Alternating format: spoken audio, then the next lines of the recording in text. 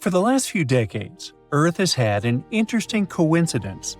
The northern and southern hemispheres have reflected almost the same exact amount of sunlight back into space, but new data from NASA shows that this symmetry is collapsing. The planet is becoming lopsided in a way we haven't measured before.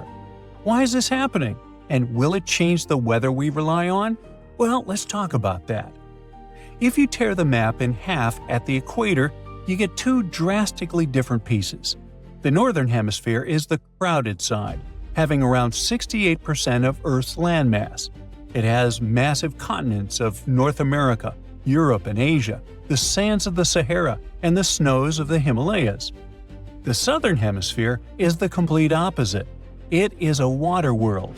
Aside from Antarctica and a slice of South America, it is almost entirely a deep, dark ocean. In fact, there's a spot in the South Pacific where you can travel for thousands of miles without hitting a single patch of dirt. This area is home to the oceanic pole of inaccessibility, better known as Point Nemo. It's so remote that if you sailed there, the nearest humans wouldn't be in Chile or New Zealand. They'd often be the astronauts on the International Space Station passing overhead. It's one of the emptiest places on Earth, surrounded by thousands of miles of open ocean. Now, when sunlight travels 93 million miles and hits Earth, two things can happen. It either bounces off the planet and escapes to space, or it gets absorbed. That's because of the phenomenon called albedo. It works exactly like your wardrobe on a scorching day. Lighter surfaces act like mirrors, bouncing the sun away to keep you cool. Darker surfaces are like sponges. They soak up that energy and turn it into heat. Now, humans have actually figured this out on a smaller scale.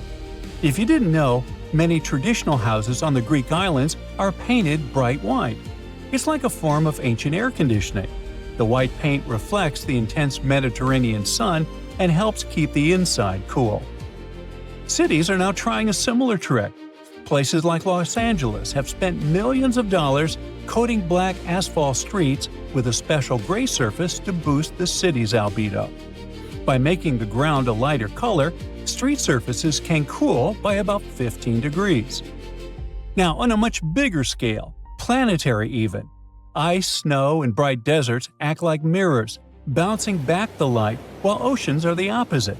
They soak up the rays and store that energy as heat. So, according to physics, the land-heavy north should reflect more sunlight. The ocean-heavy south should absorb more. Meanwhile, when looking at Earth from space, one half should look brighter than the other. So for decades, NASA has tracked Earth's energy using a system called CERES, short for Clouds in the Earth's Radiant Energy System. These satellites measure how much sunlight arrives and how much leaves. This is how we learn that Earth is cheating around the albedo rule. Now, think of Earth's atmosphere as a giant planetary mixer, constantly pushing heat between the north and south to keep it from piling up in one place. According to the latest data, that mixer is starting to fall behind. When scientists looked closely at the CERES data, they saw a clear split forming between the hemispheres. The northern hemisphere is now holding onto more of the sun's energy than the southern hemisphere. Specifically, the north is gaining about 0.3 watts per square foot per decade more solar energy than the south. Yep, that sounds microscopic, but multiply that by every square foot of the Earth's surface, and you have a massive engine of heat that could make the weather unpredictable. Now, you would expect clouds to push back by reflecting more heat to space. But the data shows that the response hasn't been strong enough, so the extra energy keeps piling up in the northern hemisphere. Now, this is a big deal because heat is what makes the weather move. Hot air rises and pushes wind and storms around the globe. If one side of the planet creates more pressure than the other, those wind patterns have to shift. So it's not just that the weather is getting hotter, it's that it physically moves to new places. You've probably heard of the geographic equator, the invisible line running around the middle of the planet. But there is another equator related to weather. It's called the thermal equator. Think of this as a giant collision zone. Imagine pointing two powerful fans at each other. Where the airstreams meet, the air often gets forced upward, building what could look like a moving wall of rain. Scientists call this zone the Intertropical Convergence Zone, or ITCZ. It marks the planet's thermal equator. Sailors had a better name and knew it as the doldrums. They knew it as a zone where winds cancel each other out. Pirates in the 1700s were terrified of it. You could get stuck there for weeks, just floating, waiting for your drinking water to run out. The system acts like a planetary thermostat. It likes to hang out where the heat is. For most of human history, it stayed right in the middle. But if this imbalance keeps growing, it could nudge the thermal equator north over time. Now, you might be thinking, so what if the rain belt shifts a few hundred miles? Well, history gives us a pretty striking example. About 6,000 years ago, this rain belt sat farther north than it does today. At the time, much of what we now call the Sahara wasn't desert at all. It supported lakes, grasslands, wildlife like hippos and giraffes, and thriving human communities. Rock art from the region even shows boats and swimming scenes. As Earth's orbit slowly changed, the rain belt migrated south. Over time, rainfall faded, lakes dried up, and the landscape transformed into the Sahara we know today. The trigger was different, but the mechanism was the same. When the planet's energy balance shifts, the thermal equator moves, and the rain moves with it. This is a huge deal because rain is incredibly important for food production. It waters the regions that grow our coffee, our chocolate, not our chocolate, yep, and the crops that billions of people eat. If that belt chases the heat and moves north, the rain goes with it. The jungles in the south could dry out, while cities in the north would get hit with floods they were never built to handle. But the air is only half the story. Down at lower elevations, the extra heat triggers a chain reaction. Remember the t-shirt analogy? Much of the northern hemisphere depends on bright snow and sea ice to reflect sunlight away. But as temperatures rise, that low-altitude ice melts. When the white surface disappears, it exposes darker ocean water or bare ground underneath. This creates what scientists call a feedback loop. As the ice melts, it reveals the darker ocean or land underneath, and that dark ground absorbs more heat, which can cause even more ice to melt. It's a cycle that could make it progressively harder for the region to cool itself down naturally. Meanwhile, the oceans take their time responding. Global currents act like a giant conveyor belt, moving warm water around the globe to balance energy. But this system is delicate. It only works when the water's temperature and saltiness are just right. When the north hoards too much heat, it throws the currents off. And if the belt slows or reroutes, the effects don't hit overnight. They unfold gradually over decades or even centuries. But finally, is this just a temporary glitch? Or is the Earth settling into a brand new pattern?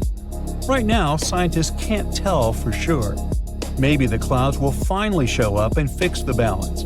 Maybe the oceans will move the heat around and save the day.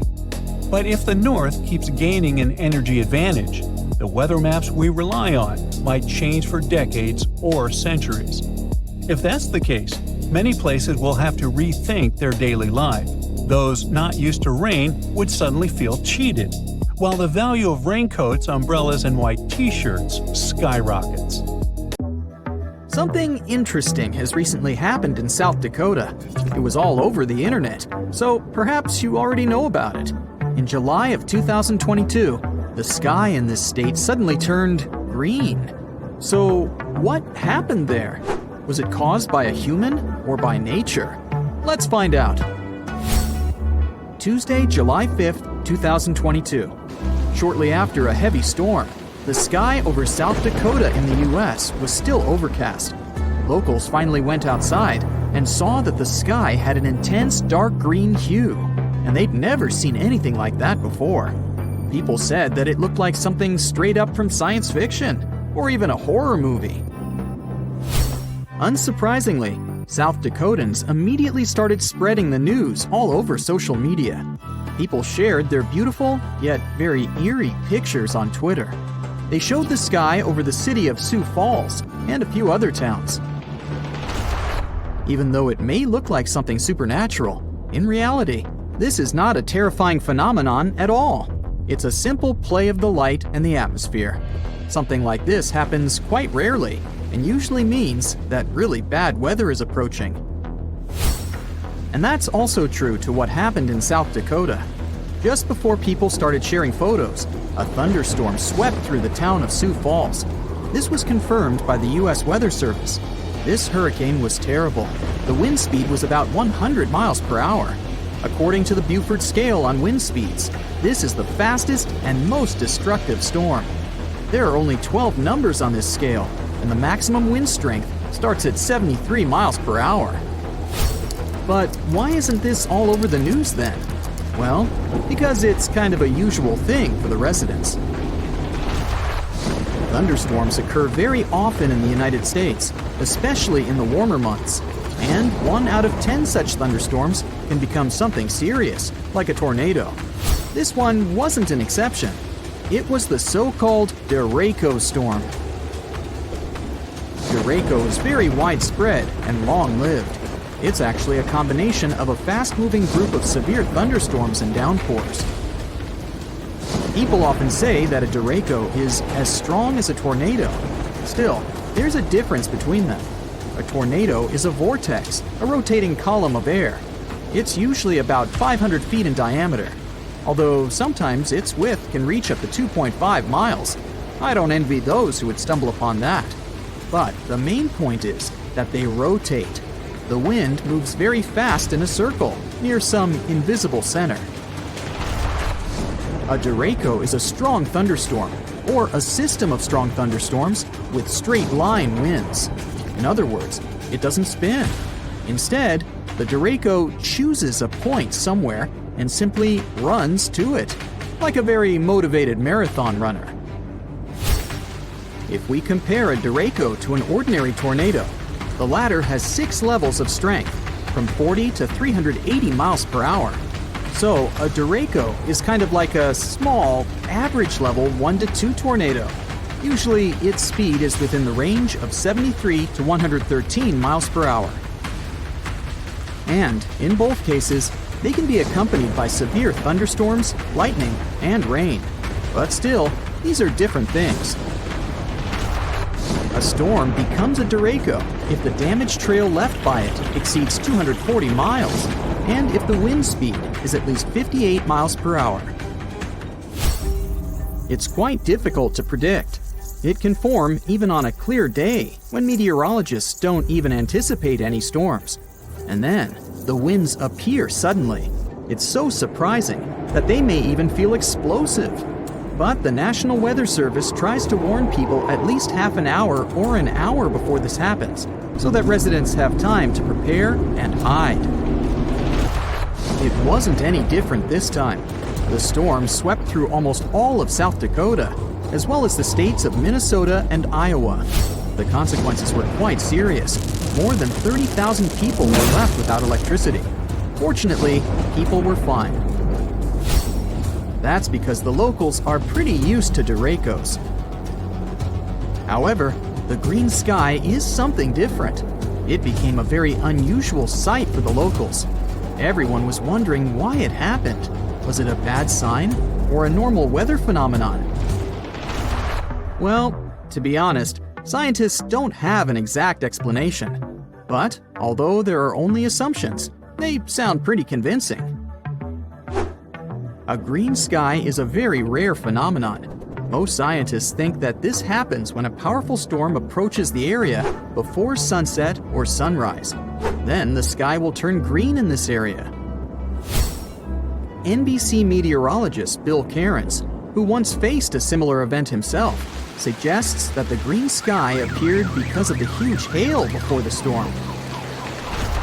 First, let's talk about why the sky looks blue, or any other shade, depending on its mood.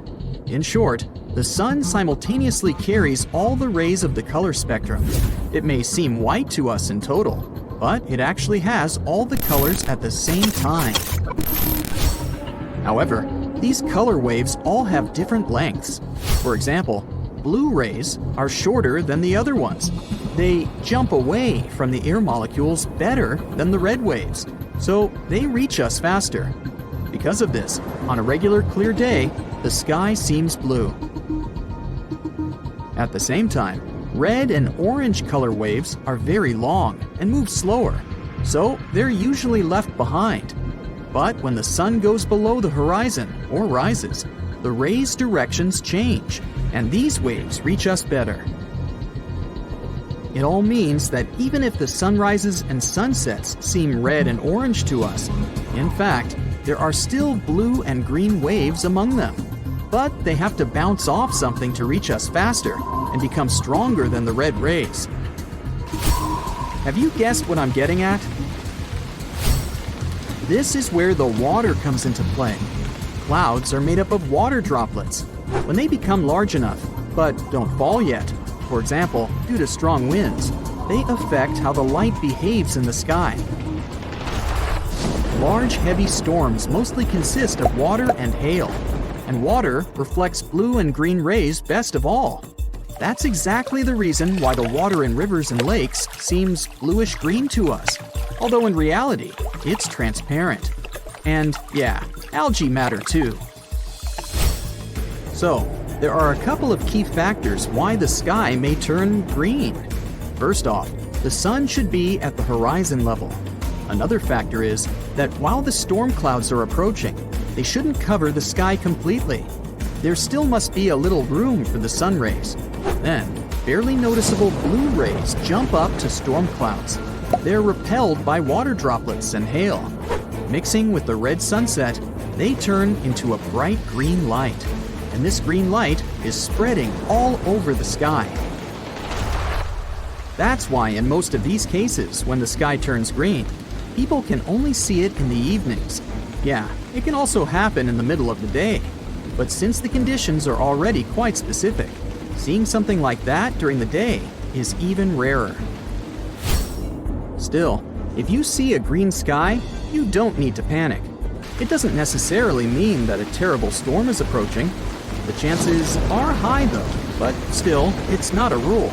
It can be just heavy rain or a heavy hail. In other words, if you see a green sky, then you'd better hide, and hide your car.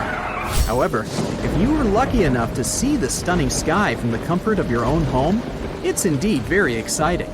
If you get a glimpse of something like that, just know that you had a chance to experience something very rare and special. Some people said it was the most incredible thing they had ever seen. Roofs fly off like paper. Huge trees are yanked from the ground.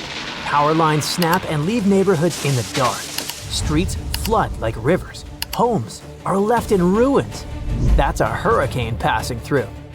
After the wind calms down, the real mess begins. People stranded, no clean water, destroyed roads. Storms have been picking up for like 5,700 years. And the scariest part is that in the last 20 years, there's been a huge spike. But let's start from the very beginning.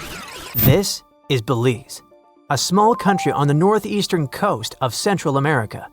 And this is the Great Blue Hole, a huge, deep underwater sinkhole about 410 feet deep and approximately 50 miles off the coast of Belize. It formed around 10,000 years ago, when the sea levels rose after the last ice age. A team of scientists arrived in Central America to study mud from way down in the Great Blue. They pulled out a long sample of sediment, which is basically layers of stuff that's settled over time. You might ask, so what? How are tropical storms connected with this sediment? Let's see. Tropical cyclones are big, spinning storms that form over warm ocean water. They pull up heat from the sea and blast it into the sky. And yeah, they can be devastatingly destructive, with super strong winds, heavy rain, and floods from big waves. And mud cores like the one the researchers pulled up are actually records of tropical storms. The sample they pulled up was 98 feet long, which made it the longest ever found in that area. Here's how it works. Every year, two thin layers of sediment settle in the hole where the weather is calm. But when a big storm hits, it leaves behind a different, messier layer. So by looking at these layers, scientists could tell how many storms hit that spot over the last 5,700 years. It's like counting tree rings, you know? Anyway, what they found was rather unexpected. It turns out that tropical cyclones had been getting more and more common. The lead researcher said that over the past 6,000 years, there were usually between 4 and 16 tropical storms or hurricanes every 100 years. But just in the last 20 years alone, they found signs of 9 storms in that same little area. That's way more than usual, and it shows how much things are changing. Scientists think there are 2 main reasons why tropical storms have been happening more often. One reason has to do with something called the Intertropical Convergence Zone, or ITCZ. This is an area near the equator where winds from the north and south come together. That spot has low air pressure, lots of moisture, and tons of thunderstorms. Just above it is the part of the Atlantic Ocean where most hurricanes are born. It even has an official name, the Hurricane Main Development Region. Normally, the ITCZ moves north in the summer and south in the winter because of changes in ocean temperatures.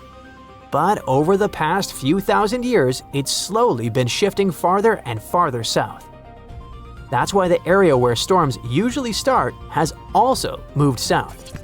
It means storms are now forming and heading toward lower parts of the Atlantic than they used to.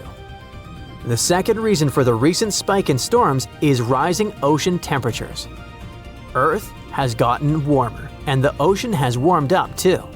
The warm oceans help make more powerful storms. Such an increase likely means that this part of the world might see a lot more big storms in the future. If things keep going the way they are, scientists think the Caribbean could get hit by as many as 45 tropical storms and hurricanes by the end of this century. That's way more than anything the world has experienced in the last 5,700 years. There are just too many changes in the world that influence the situation. They create the perfect conditions for more storms to form and get really intense really fast. But if you think storms are getting more intense only over the ocean, let me tell you about America. A bunch of really dangerous storms, including tornadoes, dust storms, and wildfires, tore through several states in the Midwest and south of the USA in March 2025. At least 42 people lost their lives, and the scale of the devastation is enormous.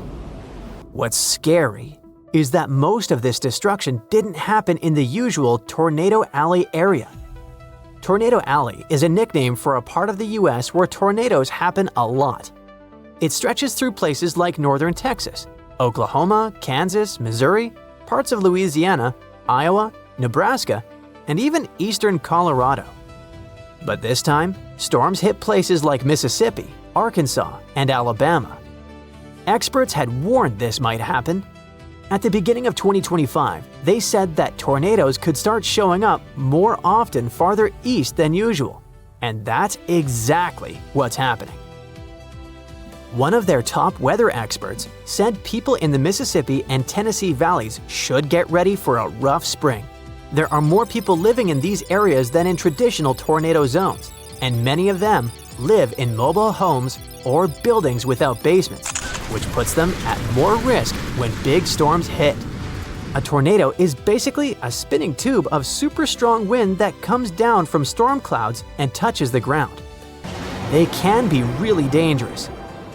To figure out how strong a tornado is, scientists use something called the Enhanced Fujita Scale.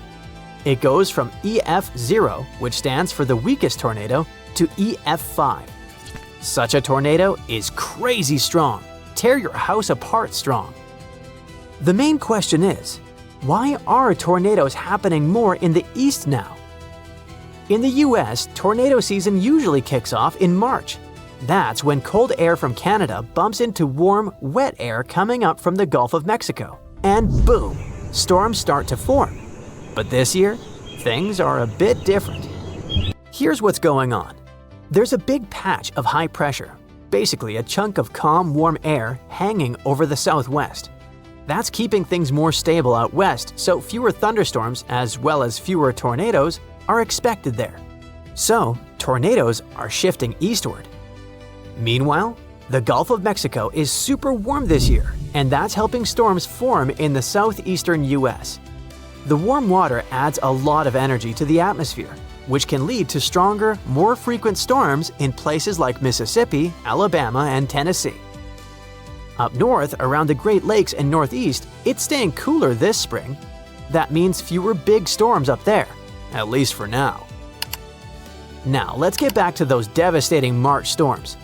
On March 14 and 15, a huge storm system blasted through parts of the central and southern US. This system brought 52 confirmed tornadoes, massive dust storms, and fast-moving wildfires. It all led to almost 1,100 canceled flights. About 150 million people were affected by this natural disaster. Two really strong tornadoes classified as EF4s hit Arkansas. The damage was incredible. One of those tornadoes, which hit a town called Diaz, had winds up to 190 miles per hour. That's insanely fast. For comparison, the average speed of a Formula One car is around 130 to 160 miles per hour. It was the first time in over 25 years that Arkansas got hit by two EF4s on the same day. Experts also recorded wind gusts moving at a speed of over 80 miles per hour in the southern plains. In Texas, dust storms led to fatal car crashes.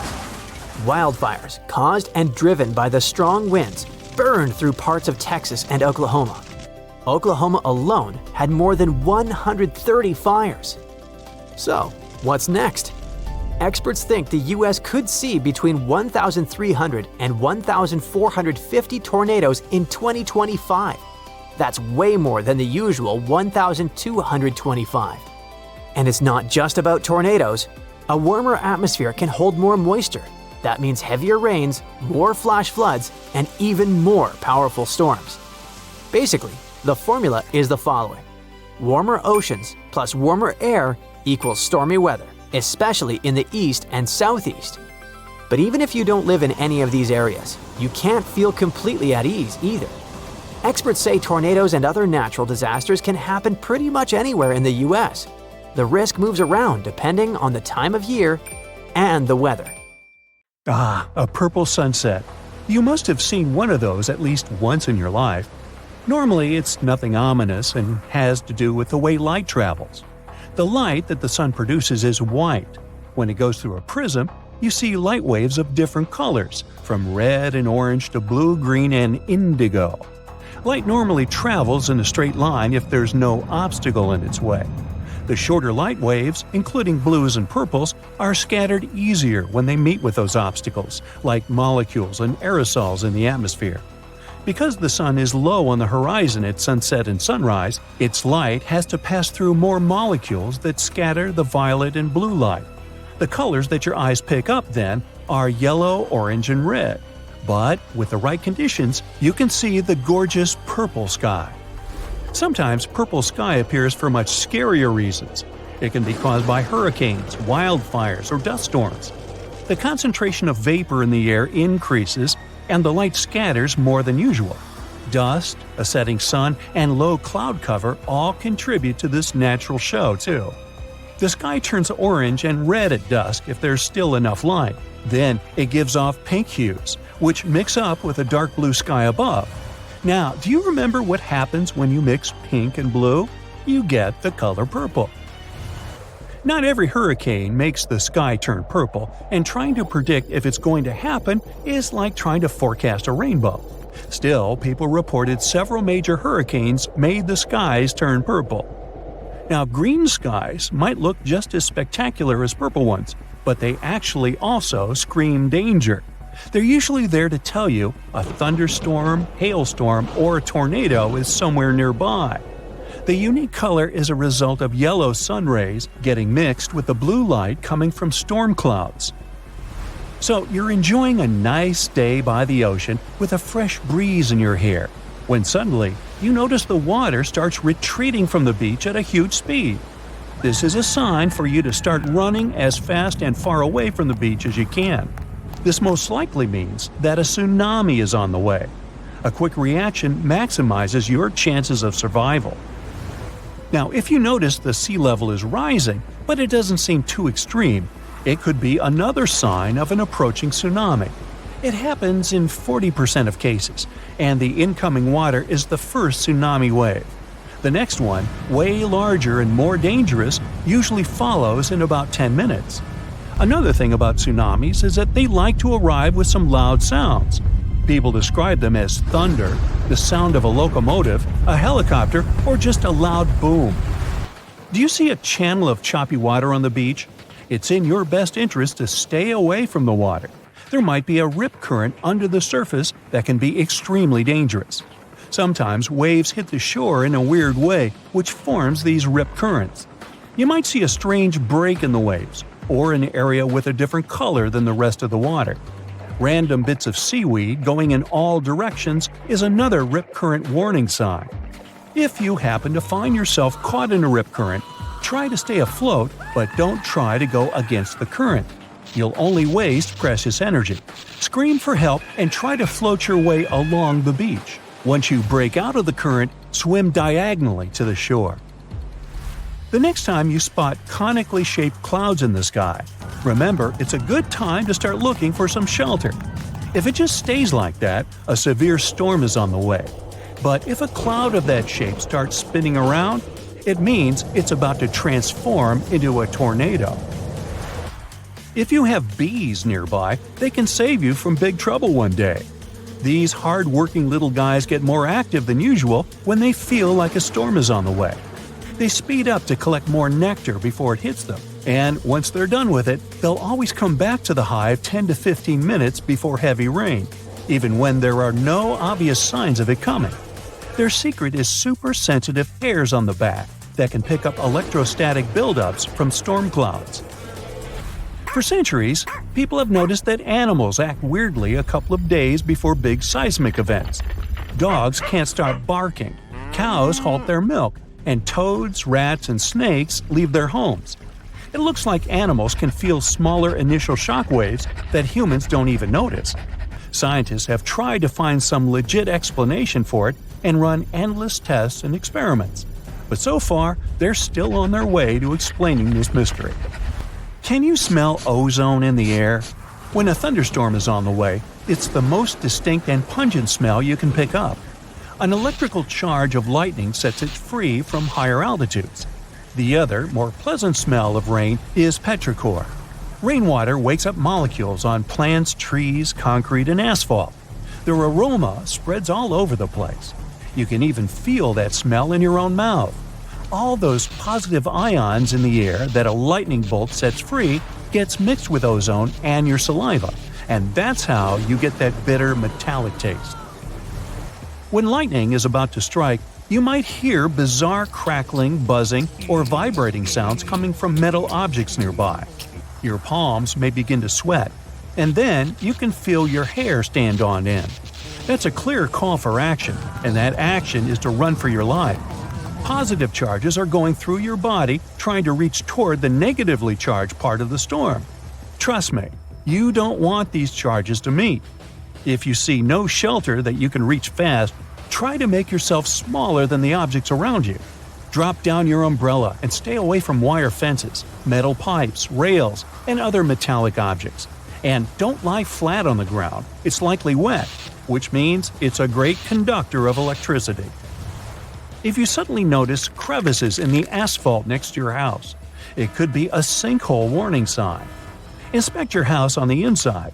Does that door begin to jam? Or maybe there's a gap where the walls meet the ceiling. Uneven kitchen cabinets and drawers, slanted floors, stairs that begin to slope, water leaking after every rain, and displaced moldings are all signs that a sinkhole is about to open. To find out if it's definitely a sinkhole and how dangerous it is, you gotta consult with an engineering company.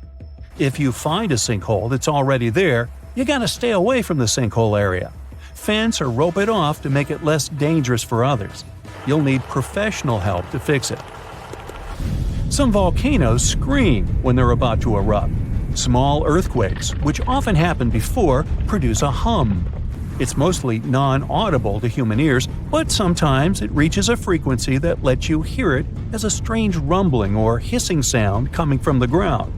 This noise is known as a harmonic tremor. With some volcanoes, it's the sound of magma bubbles vibrating when they're going through crevices in the crust of the Earth. But it's not always like this. If scientists manage to understand what exactly causes these volcanic screams, they could create a limited early warning system for volcanic eruptions.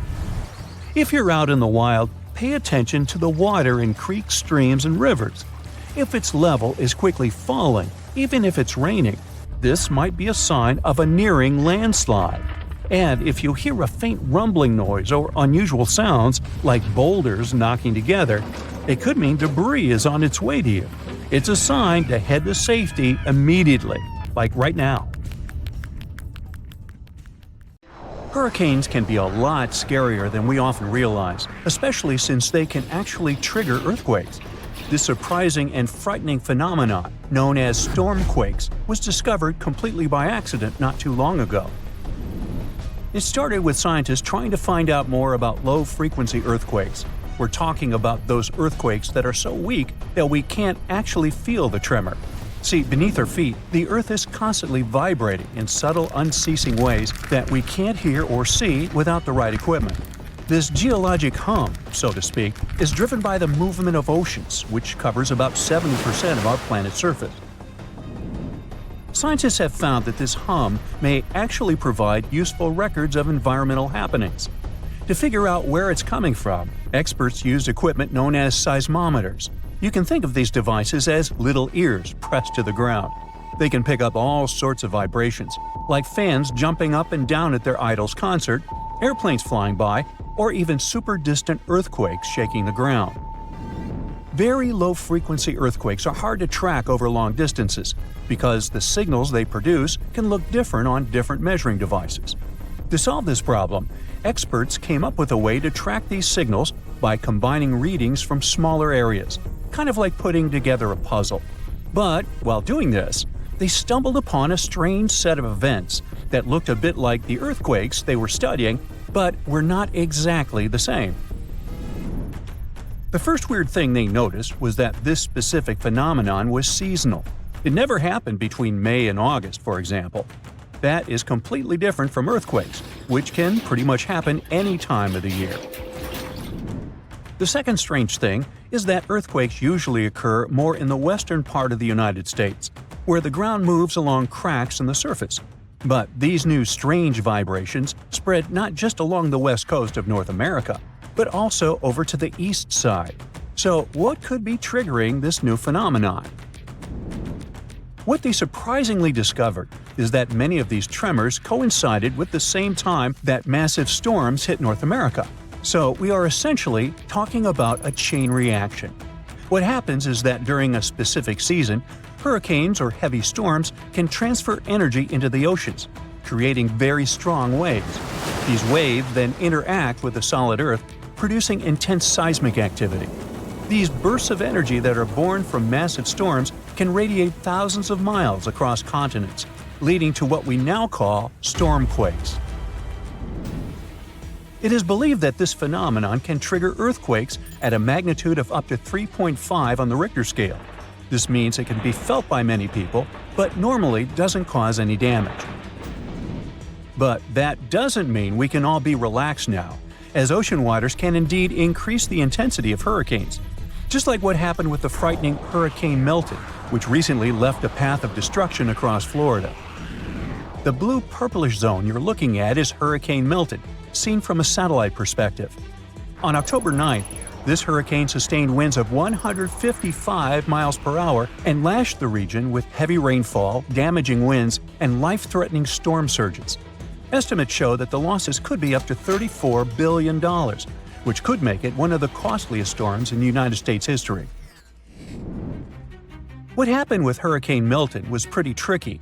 It all started with some record hot water in the Gulf of Mexico. That warm water acted like a power-up, giving this hurricane the energy it needed to grow. And then, there was also this process called eye wall replacement that helped it get bigger too. We'll get to that in a moment. So as Hurricane Milton approached the coast, something unusual happened.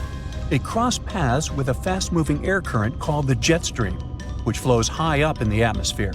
Now normally, the winds in the northern and northwest parts of a hurricane are not as strong as those in other areas.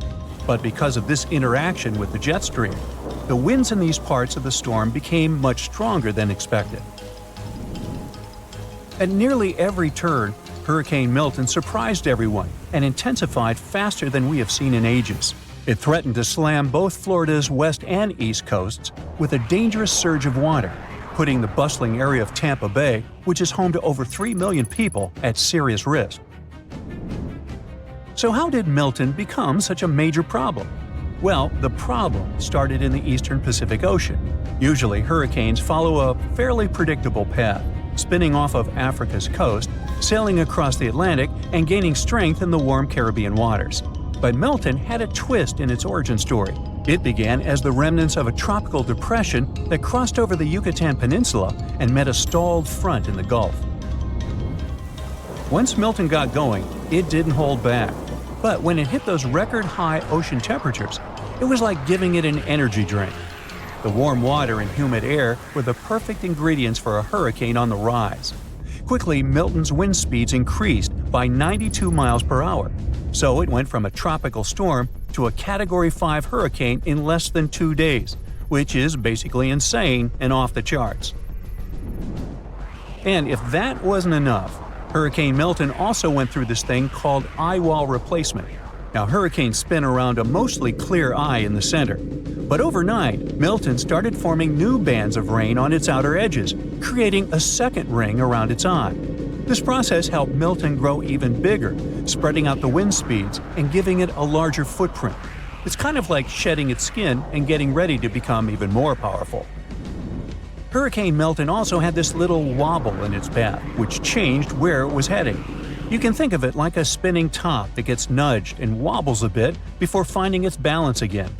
That wobble meant some areas could get either hit hard or be spared from the worst of the storm. Thankfully, Hurricane Milton weakened a bit because of some tricky wind changes up in the atmosphere until it finally made landfall. After that, it moved across the peninsula and headed out to sea, quickly losing strength as it pulled away from the warmer waters. Now, even though the damage was significant, the good news, if you can call it that, is that experts were honestly expecting things to be way worse. Still, it raises a question. How close was Milton's wind speed to the maximum? Or, in other words, is there a limit to how strong a hurricane can get? Well, the answer is yes, there is a speed limit for hurricane winds, but it's not a set number. Right now, the strongest the storm can get is around 200 miles per hour. But that maximum speed can change depending on many factors, like the heat in the ocean. Think of the ocean as the fuel for hurricanes. The warmer the water, the more fuel these storms have to work with. Experts believe that as the oceans continue to warm, they can ramp up the wind speeds and the impacts of hurricanes, making them a lot stronger. But other things can also help figure out how intense a hurricane can get. For example, the heat in the air and the temperature at the top of the clouds matter, as they also affect how fast heat moves from the ocean surface to the top of the storm. Some estimates suggest that maximum wind speeds could reach closer to 220 miles per hour until the end of the century. So it's definitely something that experts need to keep an eye on to help prevent future disasters. As we move forward, it's essential to keep researching and studying these storms. The more we understand them, the better we can protect ourselves and our communities. Hey, do you believe in folklore telltale signs that can help predict the weather? Actually, many of them even have a scientific backup. So let's dive in. You've probably heard this one at least once. Red sky at night, sailor's delight. Red sky in the morning, sailor's warning. Oh, you haven't? Then you might have heard a variation with the word shepherd instead of sailor. This weather lore was even commemorated by William Shakespeare, I call him Bill, back in 1593. He wrote a poem, Venus and Adonis, and there is a description of the red sky lore. Turns out, Bill was right, and this one can be explained. The red sky appears when dust and small particles are trapped in the atmosphere by high pressure. When sunlight passes through the Earth's atmosphere, it splits into different colors of the spectrum and creates colorful skies. If there's a high-pressure system, it can trap dust and vapor in the atmosphere, causing blue light to scatter and leaving only red. So it can indicate that the weather will be clear and calm the next day, whereas a red sky in the morning can indicate a storm is on the way. How about another one with sailors?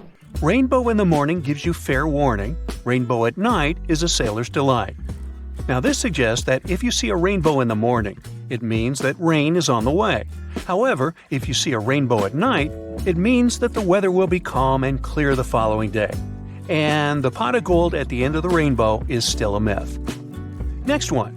They say no weather is ill if the wind be still. This one's pretty logical too. Calm weather conditions show us that the pressure is high in this area. Highs are regions of descending air, and they prevent bad weather phenomena, such as clouds and precipitation, from forming. But there's more to that. Actually, calm conditions may be a true sign that bad weather's on the way. We often call it the calm before the storm. Have you ever seen this halo around the sun or moon? Well, it's another telltale weather sign. Next time you spot such a halo, make sure to grab an umbrella before you leave the house. This phenomenon occurs because of refraction. The sun and moon provide light, although in different ways, and this light gets refracted by ice crystals at high altitudes. When you see a halo, it means that the moisture up there is going down. Also, these halos may evolve into another beautiful phenomenon, milk sky. The milk sky is still clear, but the typical blue shade is sort of washed away and appears a bit faded or milky. Today, we can just check the weather forecast on our iPhones. But centuries ago, people needed to have some alternatives to be able to predict the weather. The very first weather forecasts appeared around 650 BCE. Back then, the Babylonians would predict weather using cloud patterns. Ooh, that's a fluffy one. Uh-oh, there's a dark one. We should go inside. People had to wait for quite a lot of centuries for mass weather forecasting. The first prototype of what we have today appeared in 1835, and it was thanks to the invention of the electric telegraph. By the way, back in the olden days, animals contributed a lot to weather forecasting. Some traditions are preserved up to today. For instance, Groundhog Day. Long story short, if the groundhog gets out of its den on the 2nd of February in Punxsutawney, Pennsylvania, and sees its shadow, it will go back into the den, and the winter will last for 6 more weeks. On the contrary, if the groundhog does not see its shadow and doesn't get scared, spring will arrive soon this year. There's no actual scientific backup to this tradition, but surprisingly, in most cases, the groundhog predictions come true. Well, in the US, people get predictions from groundhogs. In Croatia and Serbia, people use bears to see if spring's on the way. On the 15th of February, they watch a bear awaken from winter dormancy. It's all about the shadow again. If the bear gets confused when he sees his shadow, it will go back to its den and sleep for 40 more days, thus prolonging the winter. But if it's cloudy on this day, it's a true sign that spring is coming. As to the poor schmuck who has chosen to wake the bear up, I think I'd pass on that honor. Unlike groundhogs and bears, seagulls can help predict bad weather all year round. They say, "Seagull, seagull, sit on the sand. It's never good weather when you're on the land." These birdies tend to sleep on the water, so if they sense turbulent wind, they prefer not to struggle with it but avoid it. Therefore, they just land on the beach and wait. Smart! Rain before 7, clear by 11. Pretty common, but only partly true. The occurrence of late night and early morning rains may be due to the passing of a weather front. Still, it's not 100% correct to assume that morning rain is a sign that the afternoon will be dry. In some cases, a rainstorm that develops in the late afternoon may last up until the night, causing early morning rain. Now, cows could make good weather forecast reporters too. A cow with its tail to the west makes the weather best.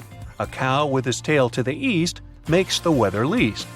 Thing is, they don't really enjoy it when the wind is blowing right in their faces, so they prefer to stand with their backs to the wind. Winds blowing from the west usually bring good weather, and those blowing from the east, on the contrary, are likely to provide unsettled weather. Voila! I told you, cows are cool. So, should you ever be in a pasture with cows, you will know what weather it will be in the next few hours, even if there's no coverage and you can't use your phone. Now, in case there are no cows, bears, or any other animals that are sensitive to the weather, you can use onions. Yep, you heard that right. Even onions can predict the weather, and these guys actually predict long-term conditions. Here's a nice rhyme. Onion skins very thin, mild weather coming in. Onion skins thick and tough, coming winter cold and rough. Well, seems there's no prediction connected to French fried onion rings though. If you want to hear a scientific explanation for this, sorry, there won't be any. In fact, scientists say such rhymes have stood the test of time for one reason only, and it's our human selective memory. We tend to remember things we've predicted correctly, and if not, we just forget them. Oaks and maples can be helpful though, due to their ability to curl leaves when the humidity is very high and the wind's blowing strongly. So, when leaves turn their back, 'tis a sign it's going to rain, turns out to be quite a true saying. There's even a rhyme for it.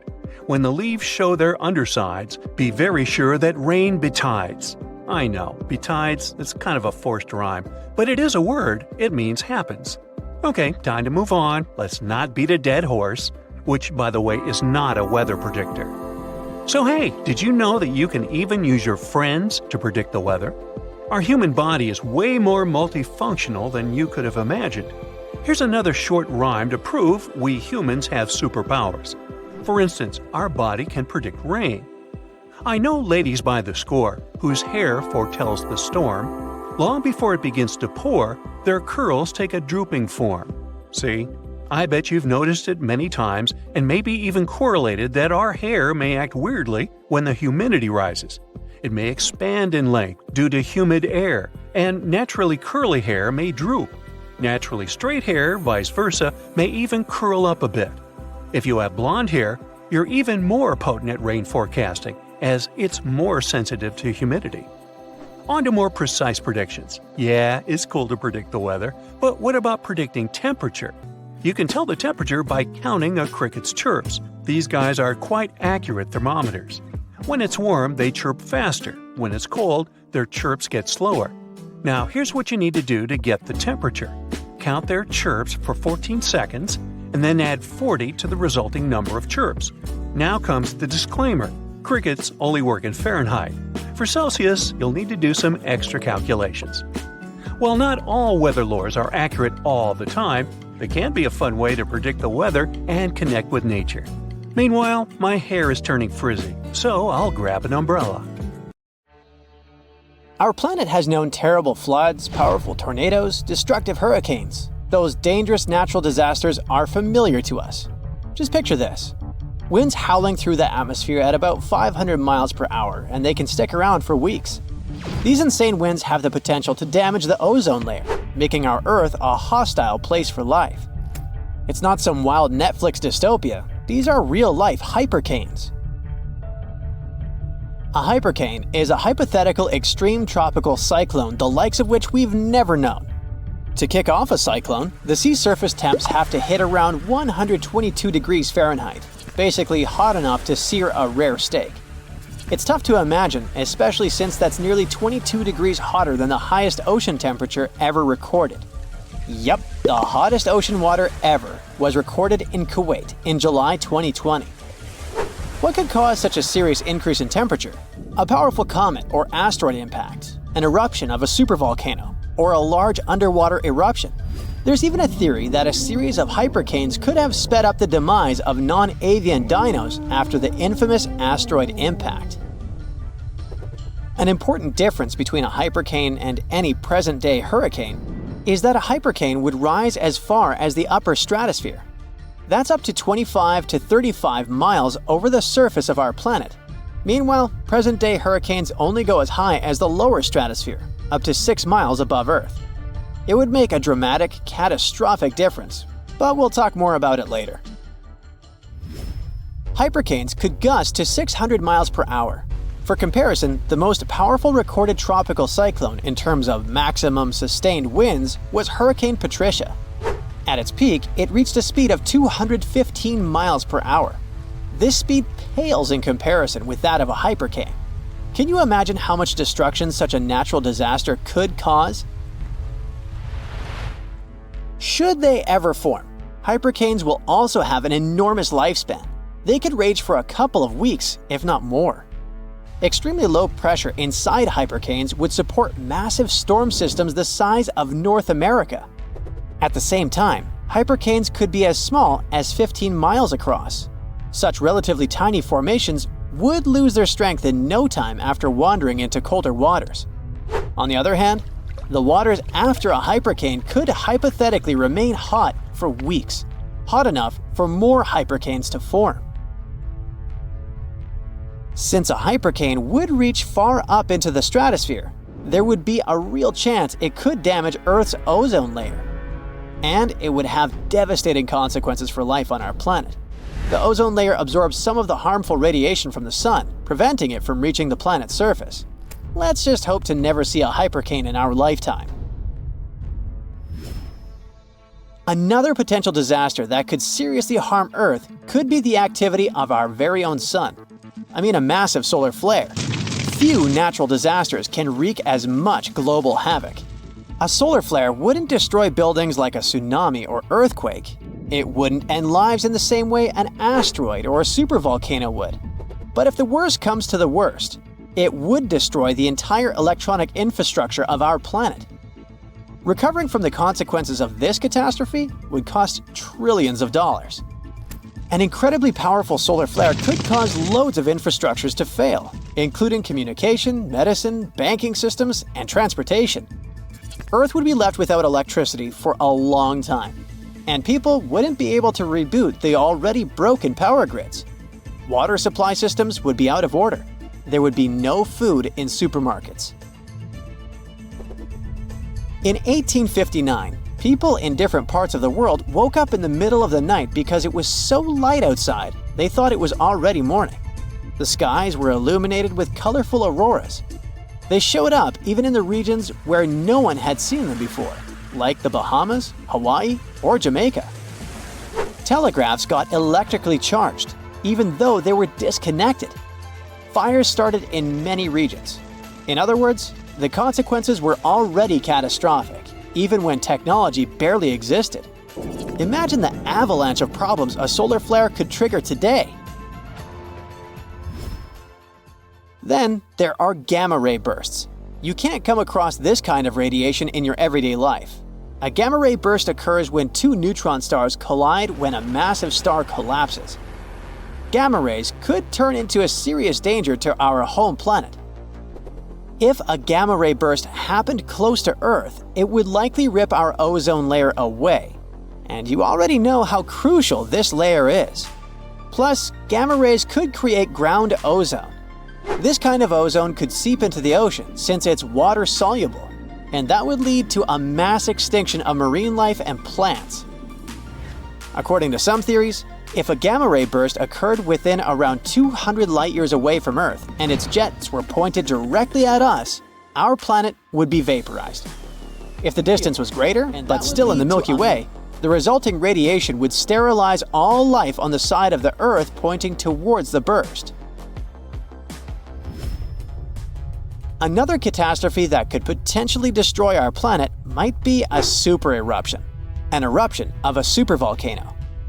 Yellowstone Park is located on top of one of those. The last massive eruption in that region happened about 664,000 years ago. The next eruption might be due anytime soon. Luckily, at the moment, there's no evidence that the supervolcano is waking up or getting ready for an eruption.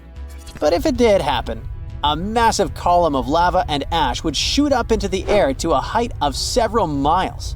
The volcano would keep pumping ash for days on end. But the most dangerous consequences of the eruption for all living creatures would be ash fallout. Buildings and trees would collapse under the weight of this dense substance. In just a couple of days, a 10-foot layer of ash would cover the territory of 50 miles around the center of the eruption. After the ash got into the stratosphere, the temperatures would start to drop all over the world. The eruption would most likely be rich in sulfur, an effective sunblocker. So soon it would get so cold that there would be no summer in the entire world for a few following years. It would be hard for animals to find food and clean water. Earth could also encounter a wandering black hole, a region in space where gravity is so powerful that not even light can escape its clutches. At the moment, the nearest to us black hole is around 1,500 light-years away. Seems like there's nothing to worry about. Well, until you find out about wandering black holes. Now things definitely get creepier. If such a black hole entered the solar system, Earth would be doomed. Recently, for the first time ever, astronomers have found a solitary wandering black hole in our home galaxy. This space traveler is 7.1 times as massive as the Sun and is now 5,200 light-years away. Scientists discovered wandering black holes before, but those were in other galaxies. This one is the first to pop up in the Milky Way. Giant sinkholes could also swallow entire communities. For example, when one of such sinkholes opened up in the city of New York in the summer of 2022, it pulled a parked van into the earth. And it wasn't the only sinkhole in that area. Local inhabitants reported around 4,000 sinkholes all over the city between July 2021 and June 2022. This kind of problem is also very common in Florida, and it's much more serious than it may sound. Sinkholes open all of a sudden, pulling down everything and everyone that happens to be nearby. Sinkholes appear all over the world. They're totally unpredictable and form without warning. Luckily, experts know what causes them. In some regions, there are vast areas of groundwater. But during droughts, this water dries up, which creates large, empty caverns. After heavy rains, the surface over such a cavern is likely to collapse, creating a sinkhole within minutes. A heavy snowstorm rolls in, and then you hear it. A distinct sound of thunder and see lightning sparkling in the sky. Congrats! You're one of the rare people who has witnessed thunder snow. Until recently, scientists couldn't even agree that it's a real thing. But now, as they see more and more videos of it popping up online, they're trying to understand how it forms and how dangerous it really is. One thing is for sure, if you see lightning during a snowstorm, there's at least half a foot of snow falling somewhere nearby. We can even predict heavy snowfalls by thunder snow. But it doesn't work the other way around. Not every heavy snowfall causes thunder snow, and scientists are still wondering why. They think this beautiful natural event happens in a way that's kind of similar to summer storms. Turbulence in the air makes warm, moist air near the ground rise up into the sky. As it goes up, it cools down and forms clouds filled with tiny ice crystals, supercooled water, and soft hail, called graupel. When these things crash around inside the cloud, they create an electrical charge, which leads to lightning and thunder. When it's cold enough for snow, the atmosphere doesn't have as much energy as it does in the summer. That's because the ground doesn't heat up as much in the winter, so there's less warmth and moisture in the air. So, there's less supercooled water in the clouds compared to a summer storm. When the right conditions do occur, it usually happens near the Great Lakes in the United States. In places like this, the cold air above mixes with the warm water from the lakes. This big difference in temperature creates areas where the air rises quickly, and those rising pockets can cause lightning and thunder during heavy lake-effect snowstorms. They're also more common in the Colorado Front Range and Upper Great Plains. Another difference between thunder snow and a regular summer storm is that it's much harder to spot thunder snow. Snow absorbs sound waves, so you can only hear thunder if you're within a few miles of it. It will be more like a low rumble than a loud, sharp bang, and it's harder to see a flash of lightning against the backdrop of a bright white sky filled with flurries. This way, thunder snow can catch you off guard and strike just like any lightning. Although, lightning and thunder that come with a snowstorm are usually less frequent and less intense than those that come with summer storms. So, perhaps the worst thing that comes with thundersnow is those heavy snowfalls that can cause chaos on the roads and leave you without power for days. Another cool and rare winter weather phenomenon is the snow donut. You won't want to eat this donut as it looks like snowy wheels or tires. You can mostly find these rare natural snow shapes in the open prairies of North America or some remote places in Northern Europe. They need the perfect mix of conditions to form. First, there needs to be a layer of wet snow on the ground. The surface has to be something the wet snow can't stick to, like ice or very soft, powdery snow. Then, a strong but gentle wind or gravity on a hill has to push the snow just right. As the snow moves, it rolls up like a carpet and forms a big donut with a hole in the middle. Ever heard of the red lightning called sprites? Unlike regular lightning that strikes down from the clouds to the ground, they shoot up high into the atmosphere, about 50 miles above Earth. They're super fast, lasting just a tiny moment, so they're really hard to spot or study. Sprites happen because of a buildup of electricity in clouds, just like normal lightning. They're usually red and can look like jellyfish or carrots and get up to 30 miles wide. Pilots flying in high-altitude planes get the best views, and you can't see it from the ground. Scientists think sprites could happen on other planets with atmospheres. They tested this idea in a lab by recreating those planets' atmospheres and running electricity through them. It turned out they were right. A fall streak hole is a big circular or oval-shaped gap that sometimes appears in certain clouds. These types of clouds float high up in the sky and are often made of tiny water droplets that are colder than freezing, but they haven't frozen yet. They need ice crystals to freeze. When a plane flies through the cloud, it can bring those ice crystals into the cloud. Once they're there, the water droplets freeze quickly, get bigger, and start to fall from the cloud. This creates a hole in the cloud, and as more nearby droplets freeze, the hole gets bigger and spreads outward. A mini tornado that spins up a lot of dust and dirt on a hot day is called a dust devil. They're little whirlwinds filled with dust and debris, and they can happen all over the world. They're smaller and not as strong as tornadoes, but they can still be powerful enough to knock over small objects or lift light things into the air. In really hot desert areas, they can grow much taller and last longer, sometimes for over an hour.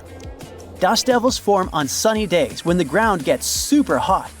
Once the dust devil is spinning fast enough, it acts like a chimney, with hot air rising up and cooler air sinking down through the middle. Dust devils can be dangerous if they're strong enough, so it's best to stay out of their way. Have you ever seen a fog bow? They form in a similar way to regular colorful rainbows, but they're much wider. Fog bows are made by tiny droplets in fog or clouds instead of big raindrops like in regular rainbows, but they also appear opposite the sun.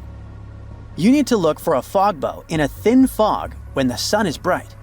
You might catch one when the sun starts to shine through the fog, or if you're near the ocean, where fog often forms.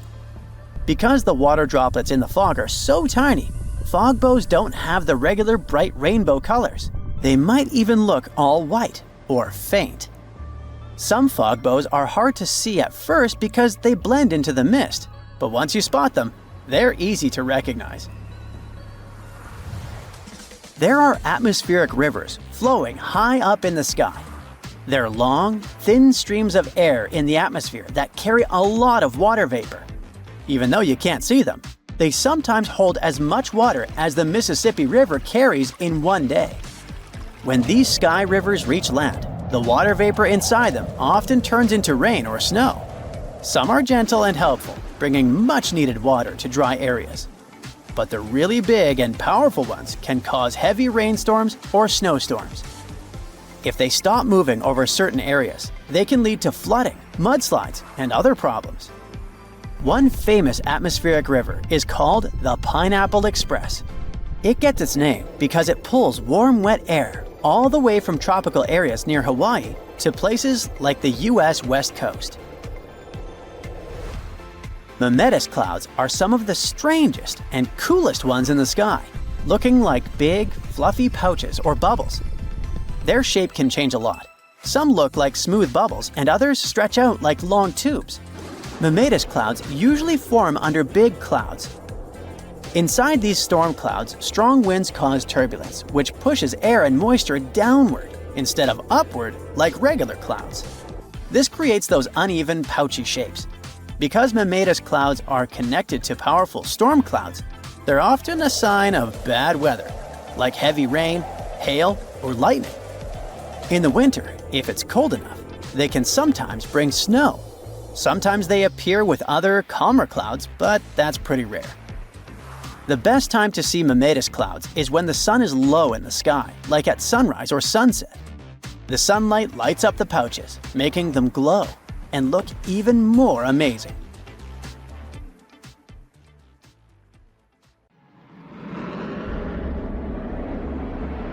You're dozing off in your window seat on a plane. It's getting dark since it's almost 11 p.m. Suddenly, something wakes you up.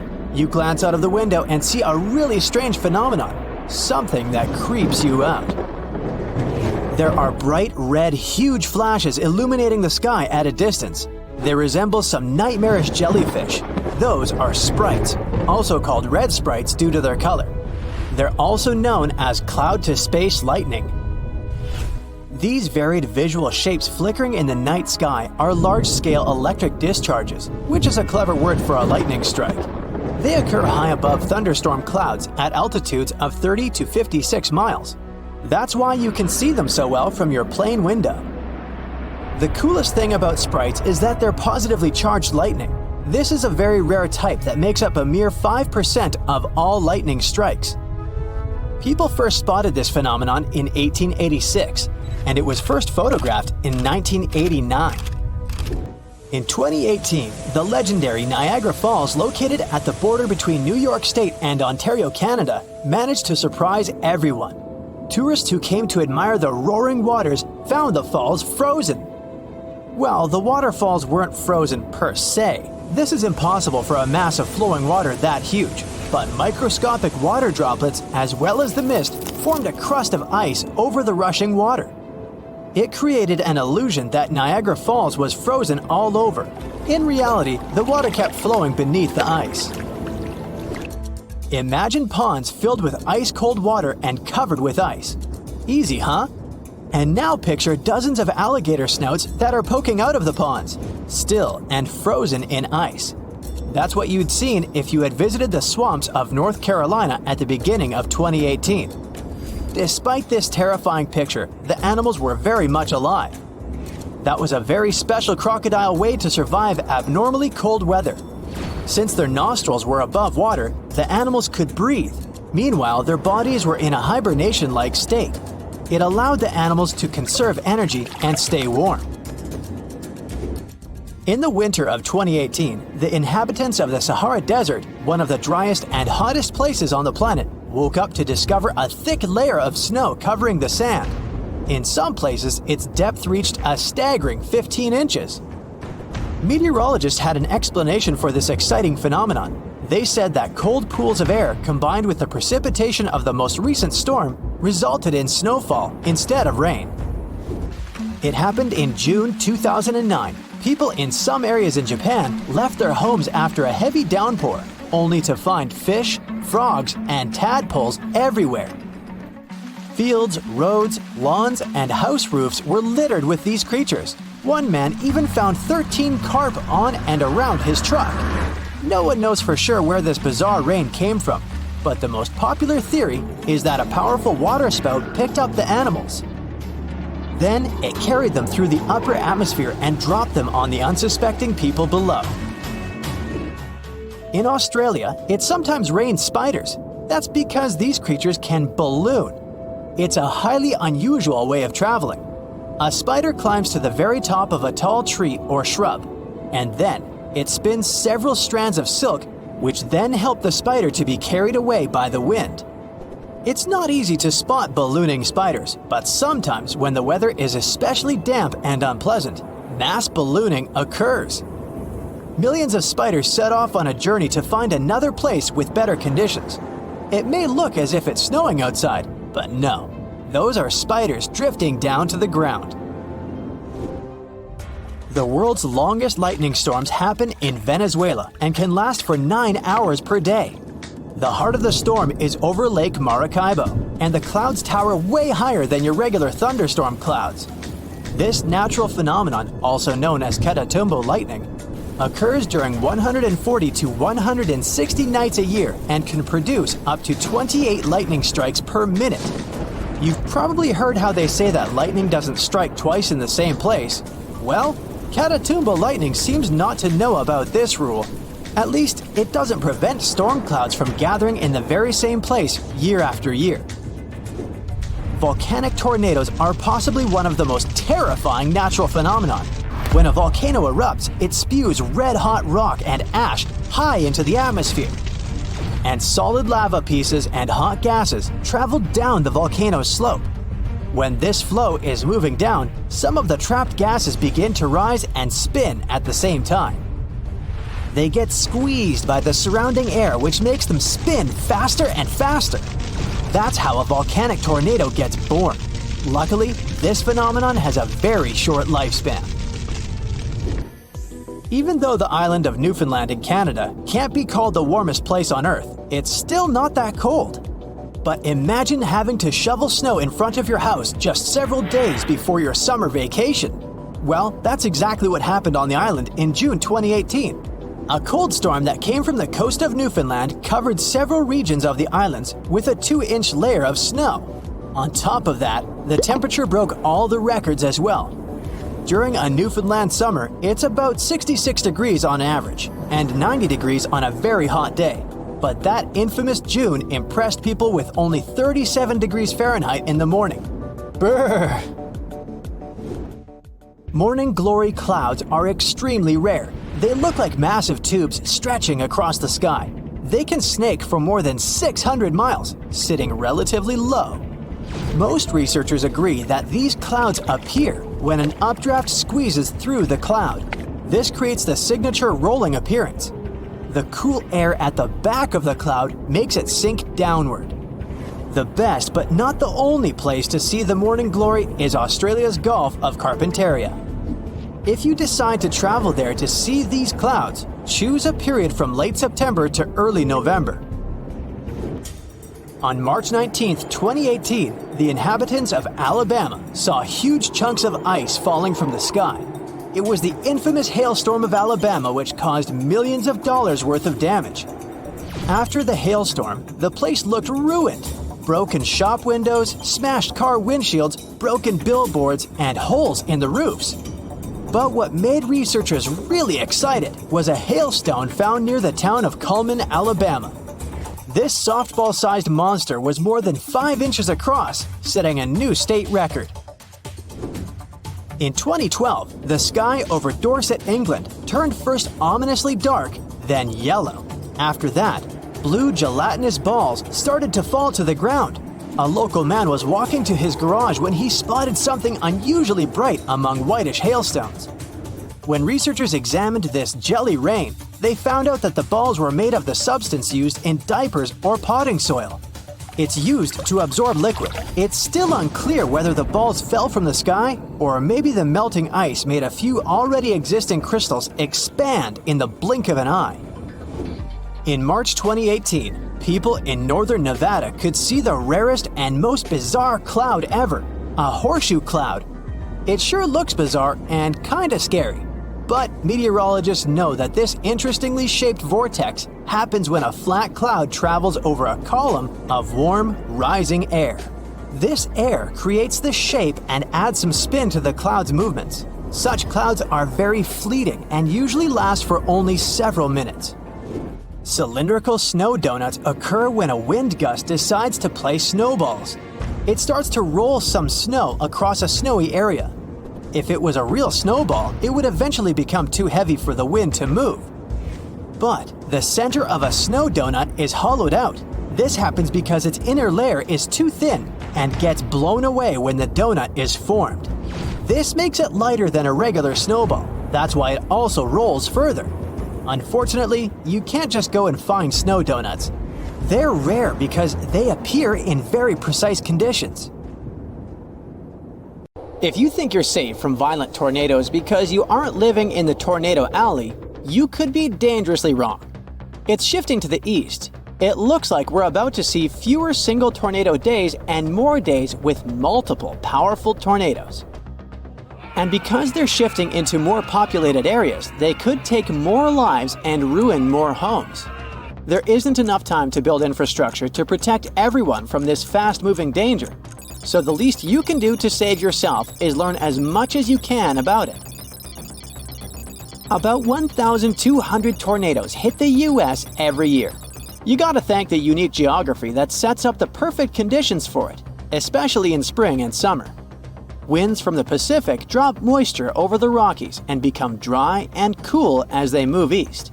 They collide with warm, humid air streams from the Gulf of Mexico over the flat terrain.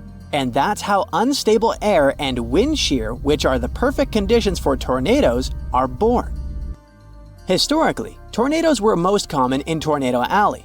This term was first used in the 1950s by two meteorologists as the title for their research project to study extreme weather in Texas and Oklahoma. Northeastern Texas and south-central Oklahoma are precisely the areas we think of when we talk about Tornado Alley. But in the past 10 years or so, it has shifted eastward by up to 500 miles. Now, eastern Missouri, Arkansas, western Tennessee, Kentucky, northern Mississippi, and Alabama see more tornadoes. The storms of early 2023 are great proof that this trend is real. A violent tornado hit Rolling Fork, Mississippi, and another outbreak caused huge damage in the new Tornado Alley. Data from the past 2 years shows that large tornado outbreaks with multiple twisters from a single weather system are also moving eastward and becoming more frequent and intense. The Tornado Alley is shifting eastward mainly because of supercells. Those strong thunderstorms with rotating updrafts create new tornadoes. Supercells form when warm, humid air near the ground interacts with cool, dry air higher up. You can say that we're living in the middle of a natural experiment. We see changes in the basic ingredients for severe storms. But we don't know how significant these changes are. Experts predict that supercell storms will become more frequent in the late winter and early spring and less common in the late summer and fall. The air in recent years is getting warmer and moister, and the interactions between air masses more and more common. Experts explain that the atmosphere is becoming more unstable and the Gulf of Mexico sends more water vapor into the southeastern US. All these factors fuel the storms. Research also shows that the so-called dry line, which divides the wetter eastern US from the drier western US, is shifting eastward too. This line has traditionally fallen along the 100th meridian, but has moved about 140 miles east since the late 1800s. This shift can affect where storms form, as the dry line works as a boundary for convection, where warm air rises and cold air sinks, fueling storms. Milder winters we've seen recently also mean more opportunities for unstable air masses to interact and form supercells earlier in the year. It's tricky to predict how the situation will change and how dangerous it is, because we don't have that much data on how weather patterns affect such short-lived events as tornadoes. The U.S. National Weather Service only began keeping tornado records in 1950, and they didn't catch many tornadoes in remote areas.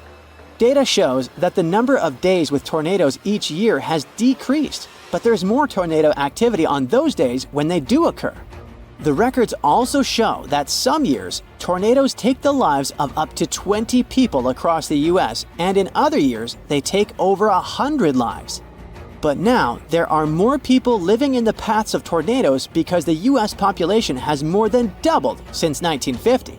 And the Southeast, where tornado activity could go up, has way more residents now. Texas and Oklahoma are well prepared with tornado shelters. But areas in the Southeast are less equipped. Plus, there are many mobile homes in the Southeast which are vulnerable to windstorms. Tornadoes in this region often strike at night, and they are 2.5 times more likely to cause fatalities. We could possibly have more events like the 2008 Super Tuesday tornado outbreak.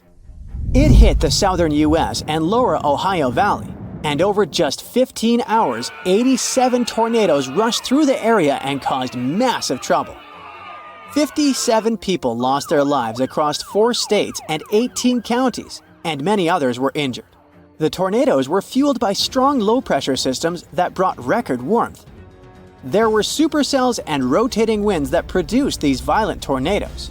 Early on February 5th, a squall line developed from eastern Texas to Missouri and moved east. One of the most intense tornadoes traveled 122 miles over 2 hours. By the early morning of February 6th, the severe weather threat shifted to the eastern U.S. It caused wind damage as the cold moved out to the Atlantic, with snow and freezing rain from Iowa to Quebec. It ruined many homes and even swept some of them from their foundation, made mobile homes fly, blew many vehicles and tractor trailers off Interstate 40, and threw some cars on trees. There were wind gusts over 50 miles an hour from Arkansas to Indiana, hail the size of softballs, toppled trees, and power outages everywhere. Some areas were flooded because of heavy rains and melting snow. All this led to over 1,000 flight cancellations at Chicago's O'Hare and disruptions at Toronto's airport. The data from scientists can help new areas of the U.S. prepare for more tornadoes coming their way. The people in authority will also need to improve community shelters and warning systems and educate the locals on tornado safety. You can also get prepared by learning 3 basic rules: get in, get down, and cover up. When you hear the warning for an upcoming tornado, get into the most interior room in your house and stay away from doors and windows. If you have a basement or an underground tornado shelter, hide there. If not, just be on the lowest floor possible.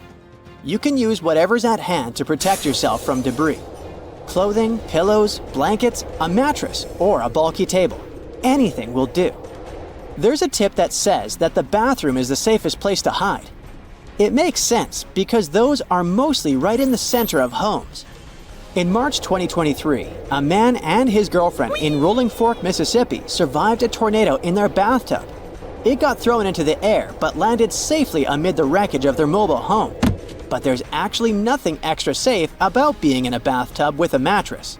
Closets and walk-in showers that are deep inside the building can also offer good protection. Don't use elevators. You can get trapped inside if there's a power outage. Stay in your shelter until you're sure the tornado threat is over. If you can, listen for updates from the National Weather Service, local radio, or TV. Multiple tornadoes can hit the same area, so it might not be safe to leave even after one has passed.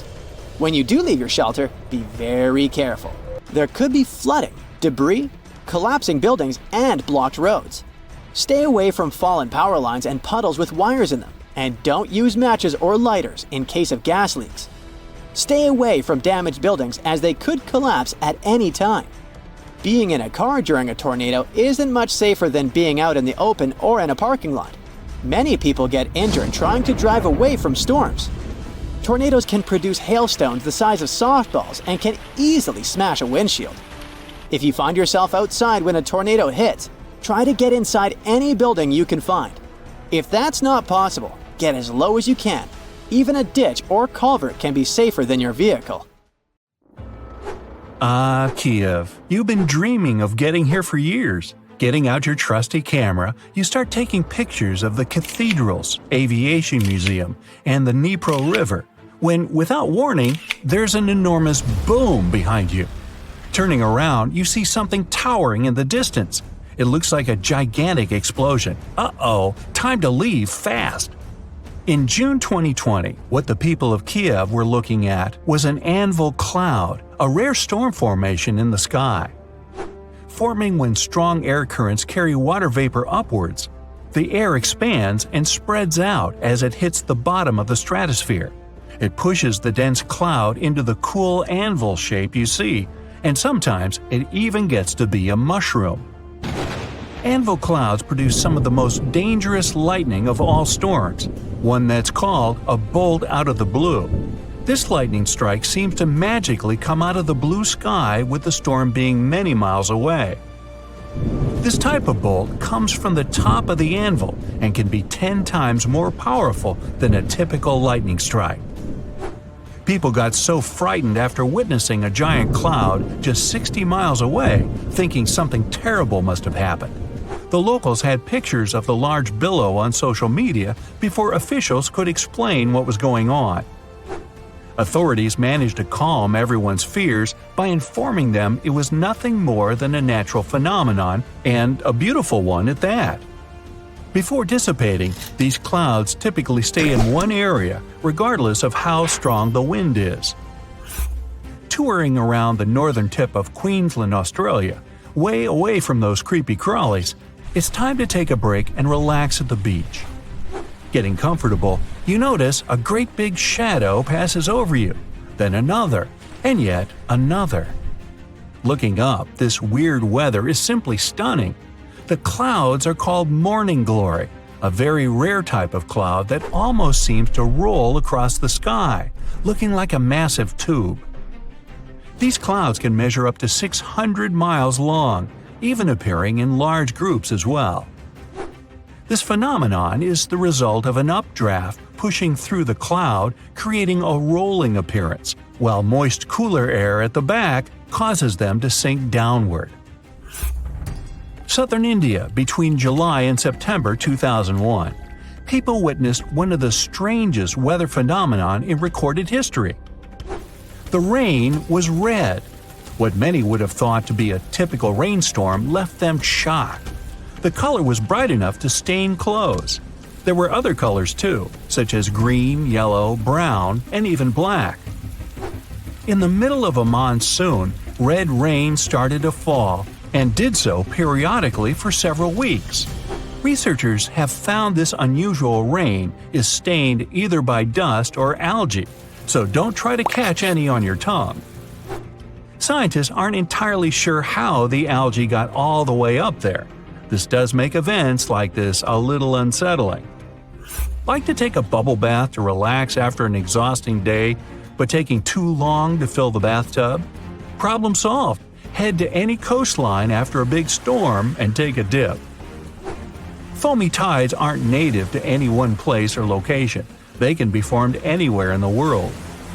They're most likely to happen along rocky coastlines, like the coast of San Francisco, Northern Ireland, or the Mooloolaba, Australia. Each coast has differing conditions forming the sea foams. If you scoop up seawater into a glass and look at it closely, you'll see it's full of tiny particles. Many things like plants, chemicals, and lots of salt and minerals create the perfect formula for foam. When powerful currents and wind mix it all together, we get something that resembles a cappuccino top floating on top of the water. When freezing temperatures hit orchards in Michigan, all kinds of unusual things happen. Like ghost apples. No, they're not going to scare you at all. But if you plan on sneaking away one winter to find one, be warned. Everything has to be perfect for this to occur, and it's going to be freezing cold. This is actually a rare weather phenomenon caused by having the apples freeze where they are, with rain coating the fruit in a thin layer of ice. The apples then thaw and leak out like applesauce, leaving just the beautiful ice shell behind. The Catatumbo River in Venezuela might be the most electric place in the world, with nearly 300 storm days per year. The lightning storms are so consistent, they're predicted for 3 months in advance. During the wet season in October, you might see 30 lightning flashes in a single minute, a truly shocking experience. With each bolt having the energy to power a single light bulb for 6 months, the impressive display could power all of Venezuela forever. At sunset, strong winds flow around the 3 surrounding mountains, forming storm clouds over the water. As the water droplets of humid air collide with ice crystals from the cold air, it produces the static charges that cause the lightning storms nearly every night. If that wasn't bad enough, some storms have lightning above them as well. Try to take a picture of this one. Jellyfish lightning sprites are electrical discharges high in Earth's atmosphere. They're associated with powerful thunderstorms, but they have nothing to do with rain. These sprites occur 30 to 50 miles up in the sky, in the mesosphere. Artificial lights at night make it a lot harder to see this faint lightning. If you spot one, it'll look tiny, but can be well over 30 miles wide. The red sprites are a type of cold plasma discharge above a thundercloud. They're the balance of the lightning charges between the storm clouds and the ground below. Don't try to find this type of donut at your favorite bakery. It won't be there. Snow donuts are one of the rarest meteorological sights to see, with perfect weather conditions needed just to create them. Found in any snow-covered mountain area, like the Rocky Mountains, the wind, temperature, snow, ice, and moisture have to all work together for us to see these phenomenal rings. A thin layer of wet snow on the ground.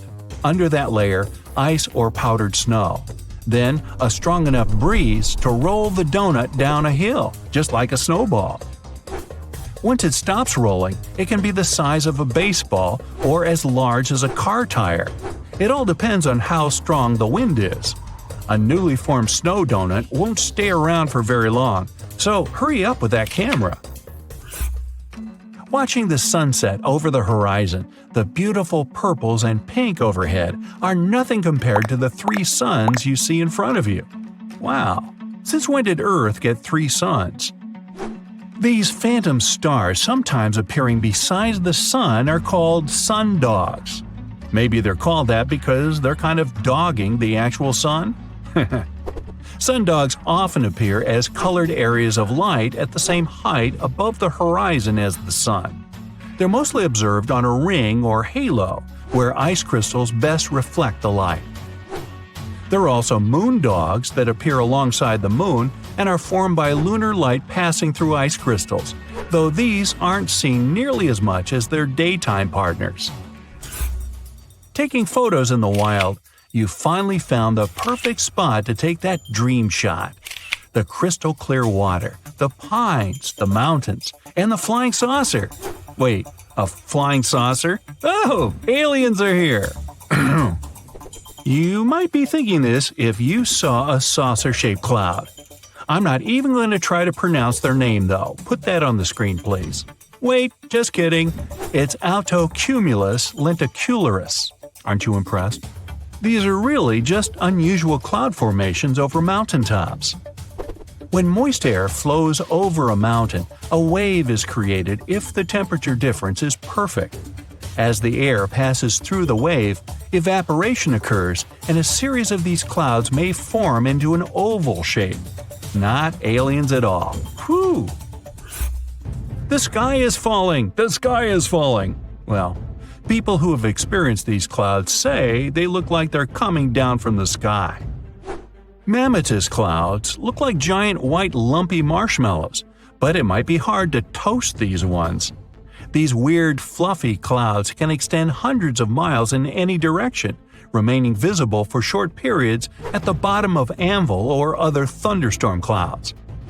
The strange bubble shapes are formed from turbulence within the storm itself, creating an uneven cloud base and appearing anywhere in the world. Mammatus clouds form when moist air sinks into dry air. The air must be cooler than its surroundings, cooled with ice, or be heavy with water. Imagine a giant, immensely powerful storm rotating over your head. You'd be terrified if you could see it. But this storm is invisible to the unaided eye. It isn't your regular hurricane. This intense phenomenon happens in space. Space hurricanes are giant swirling storms that form not in our oceans, but up in the ionosphere. It's part of Earth's upper atmosphere charged with energy from the sun. Space storms look a lot like traditional hurricanes, except they're made up of plasma, supercharged gases, and instead of raining water, they rain electrons. These massive rotating hurricanes appear over Earth's polar regions. Now, think of a space hurricane as a giant funnel or whirlpool of energy spiraling over the polar regions. It's only visible from high altitudes or by satellites. Space hurricanes also produce cyclone-like auroras. Such colorful light shows look similar to good old auroras, but there's a big twist. Space auroras usually spin near the North Pole for several hours, raining charged particles into the upper atmosphere. Hurricanes on Earth are born from warm ocean water and low-pressure areas. They're fueled by Earth's rotation and heat energy from the ocean. Space hurricanes, on the other hand, are created by a different process altogether. They're influenced by magnetic fields instead of Earth's water. When the solar wind, a steady flow of charged particles coming from the sun, comes into contact with Earth's magnetic field in just the right way, it creates a kind of swirling vortex of energy high up in the ionosphere. It starts spinning, much like how a regular hurricane spins in the atmosphere.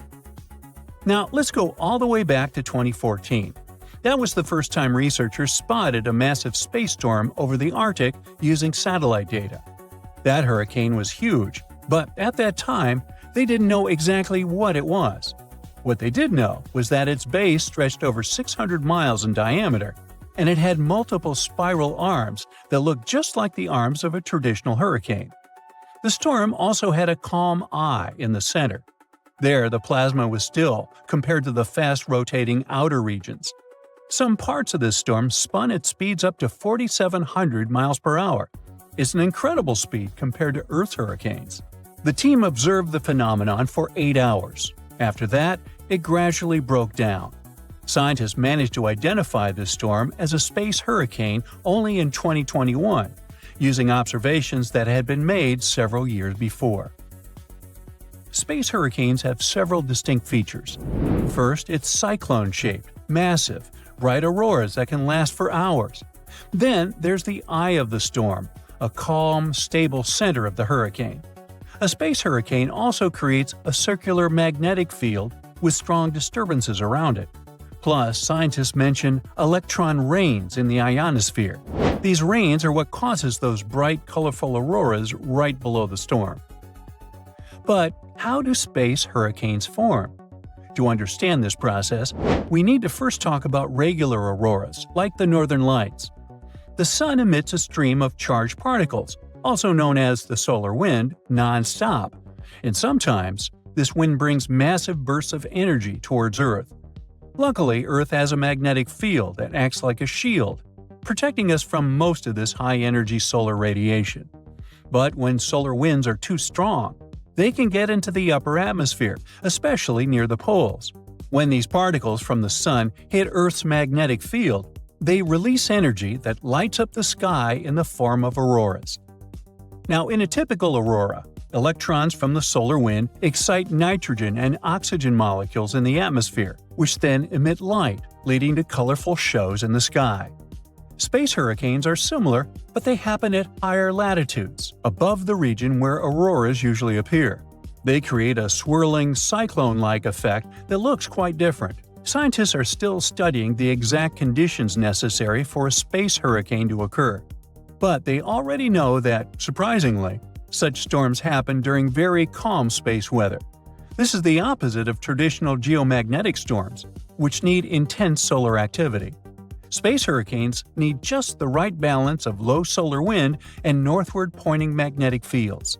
And even though these storms are uncommon, they aren't impossible, hence those unique swirling storms above the poles.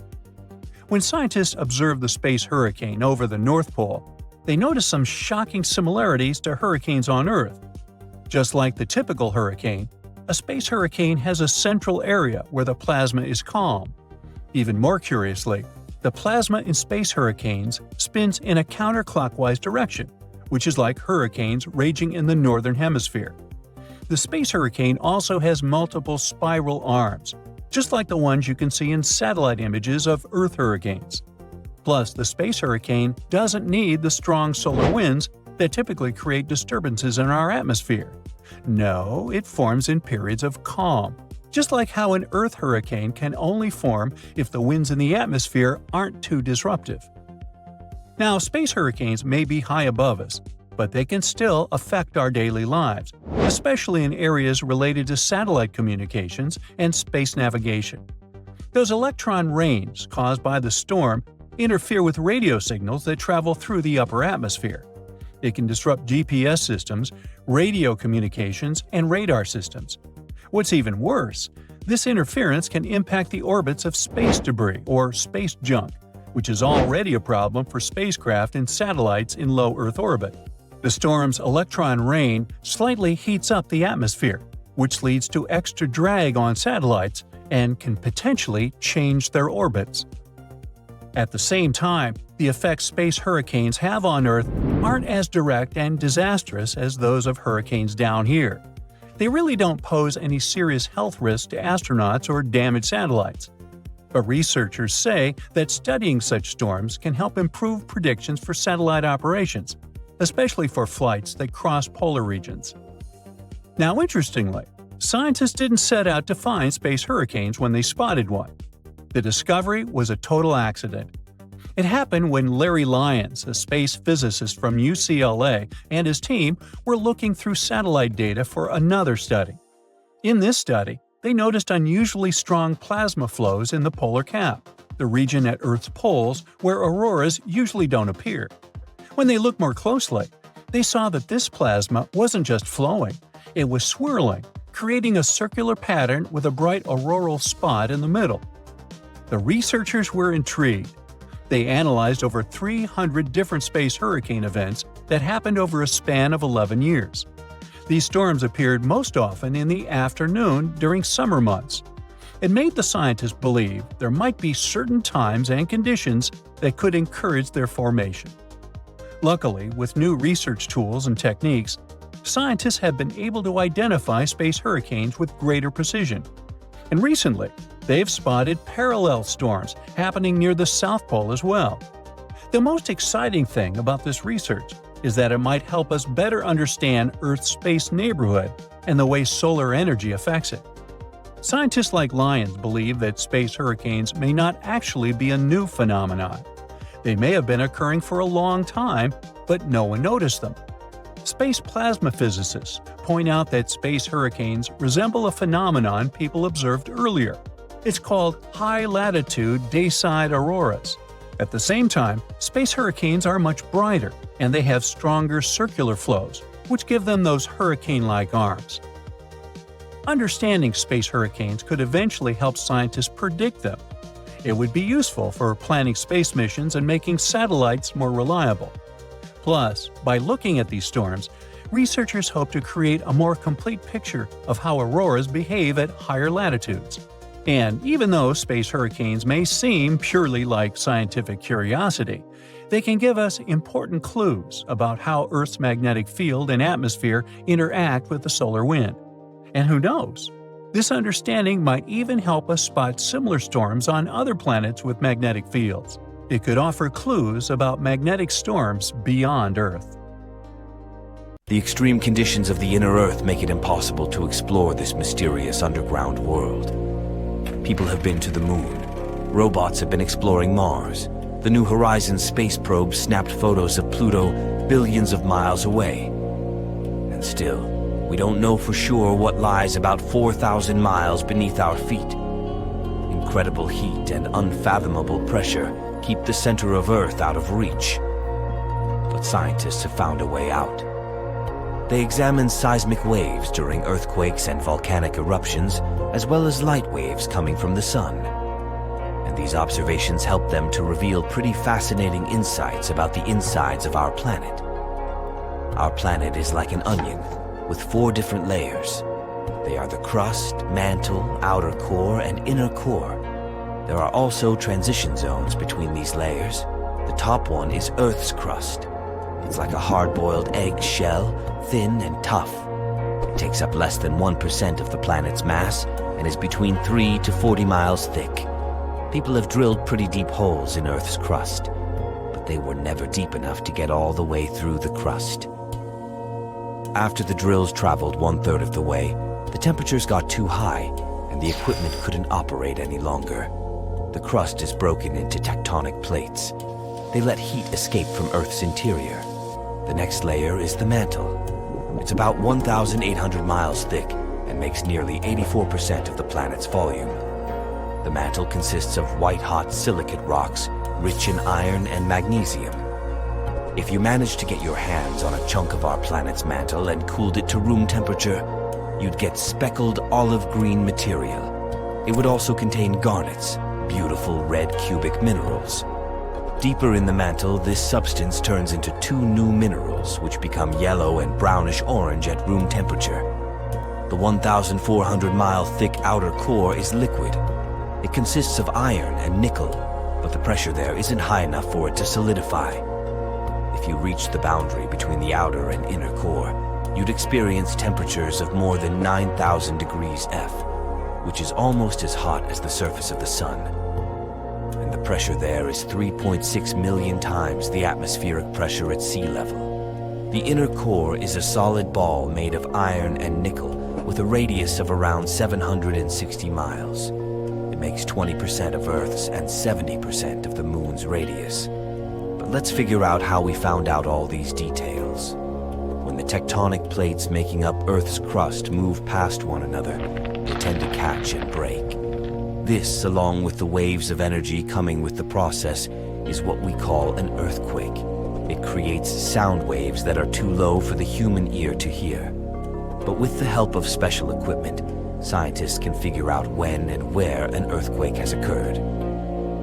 When earthquakes send ground vibrations throughout our planet, these waves travel across the world in different ways, and they can offer us a glimpse of what's below.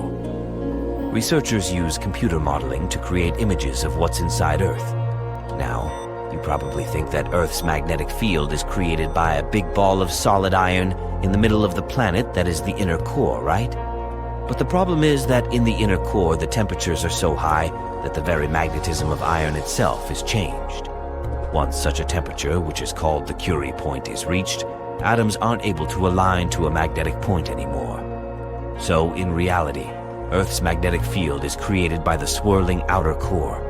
The magnetism there is more than 50 times greater than it is on the surface. The liquid iron in the outer core conducts electricity perfectly, which helps it create electrical currents driving the magnetic field. Without it, our planet wouldn't be able to hold on to its atmosphere. As a result, we'd lose our main protection from extremely dangerous space radiation. It was September 2nd, 1859. People all over Europe and North America woke up at night, confused and still tired. They were sure it was already morning. It was so bright outside. But when they looked out of their windows, they discovered it wasn't sunlight. The skies were lit by countless intense auroras, red, green, and purple. They were so brilliant, one could read a book as easily as in the afternoon. Auroras appeared even in the regions where they had never been witnessed before, like Cuba, the Bahamas, Jamaica, and Hawaii. Cool visual effects weren't the only thing that both mesmerized and horrified people. The most high-tech stuff at that time, telegraph wires, shorted out throughout Europe and the US. Sparks were flying from equipment, and many human operators got electric shocks. Papers and telegraph offices burst into flames. All the machines were immediately disconnected from their batteries, and still, they mysteriously kept sending broken messages. Fires, ignited by short circuits, spread over large areas. Colorful lights kept dancing overhead. All this caused panic and total confusion. Earth's inhabitants had never seen or experienced anything like that before. At that time, very few people knew that the sun was to blame for the chaos. One of them was English astronomer Richard Carrington. At about 11 a.m. on September 1st, the man was standing by a telescope in his private observatory. He was watching sunspots on the surface of the sun. Suddenly, two patches of intense white light broke out. They looked as bright as direct sunlight.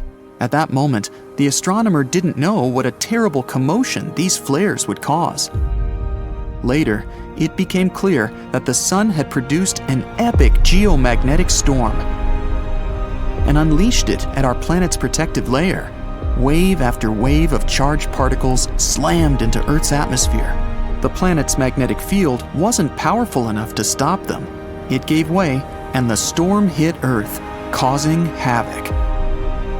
The phenomenon got the name of the Carrington event.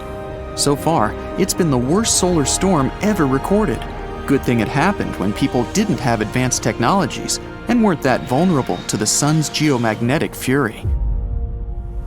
The 1859 solar storm was 3 times more powerful than the one that happened on March 13, 1989.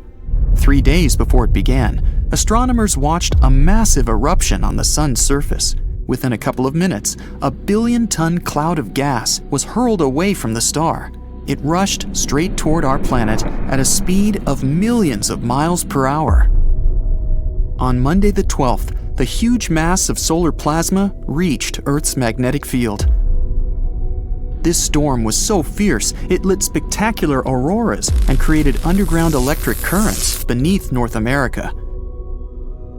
These currents must have found some weaknesses in the power grid of Quebec, Canada. In less than 3 minutes, the entire city lost power. Millions of people found themselves in pitch-black streets, dark buildings, and stuck elevators. They woke up in freezing cold homes, unable to cook breakfast. The following 12-hour blackout closed businesses, airports, and schools. The Montreal Metro was also shut. In the US, hundreds of power grids started to have problems minutes after the storm hit Earth's surface. Luckily, none of these issues led to a blackout.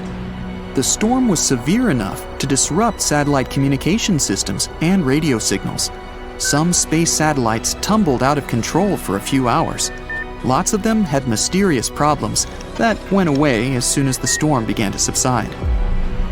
No newspaper mentioned it, but in 2012, Earth had a close shave after narrowly missing an extreme solar storm, the most intense in the past 150 years. On July 23rd, astronomers at Space Weather Prediction Center in Colorado spotted 2 clouds of energetic particles. They erupted from the sun's surface and barreled into space. Just 19 hours later, these clouds zoomed past the spot our planet had just left. If the solar eruption had happened several days earlier, Earth would have ended up in the line of fire. So, what if a solar storm as powerful as the iconic Carrington event happened nowadays?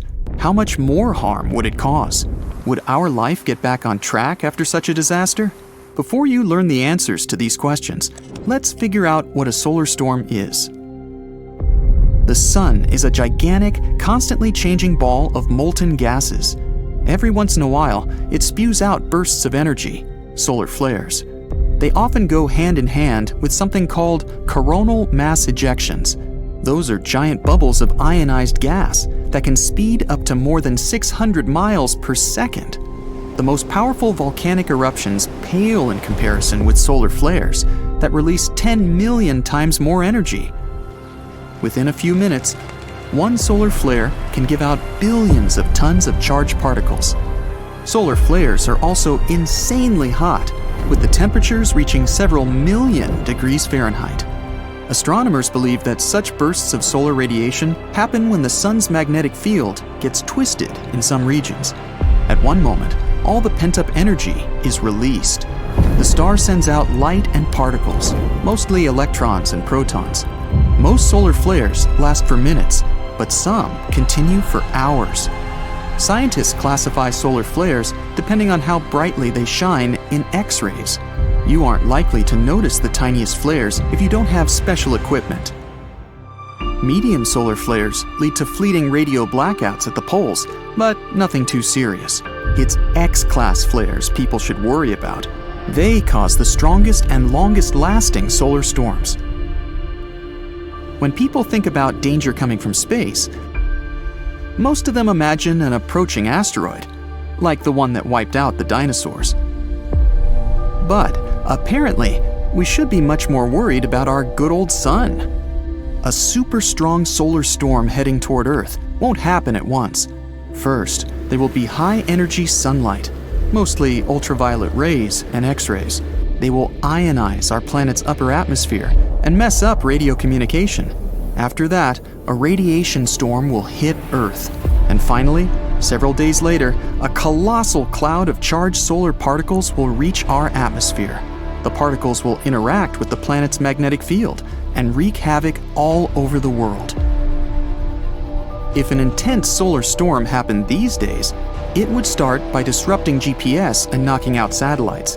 If any astronauts were spacewalking at that moment, they would have a mere minutes after the first flash of light to find shelter. Their spacecraft would likely be properly shielded and safe enough. The main challenge would be to get inside in time. After that, the storm will proceed to interfere with satellite communications.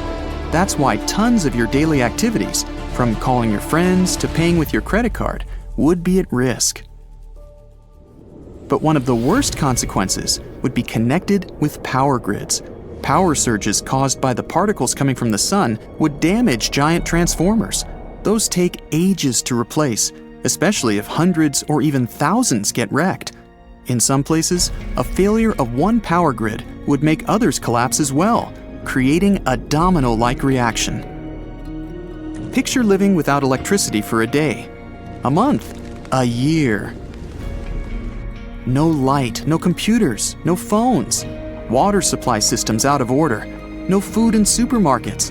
Plus, without electricity, it would be next to impossible to reboot the already failed power grids. A powerful solar storm would cost people $1 trillion to $2 trillion, and that's just during the first year after it happens. It would take the world another 4 to 10 years to recover.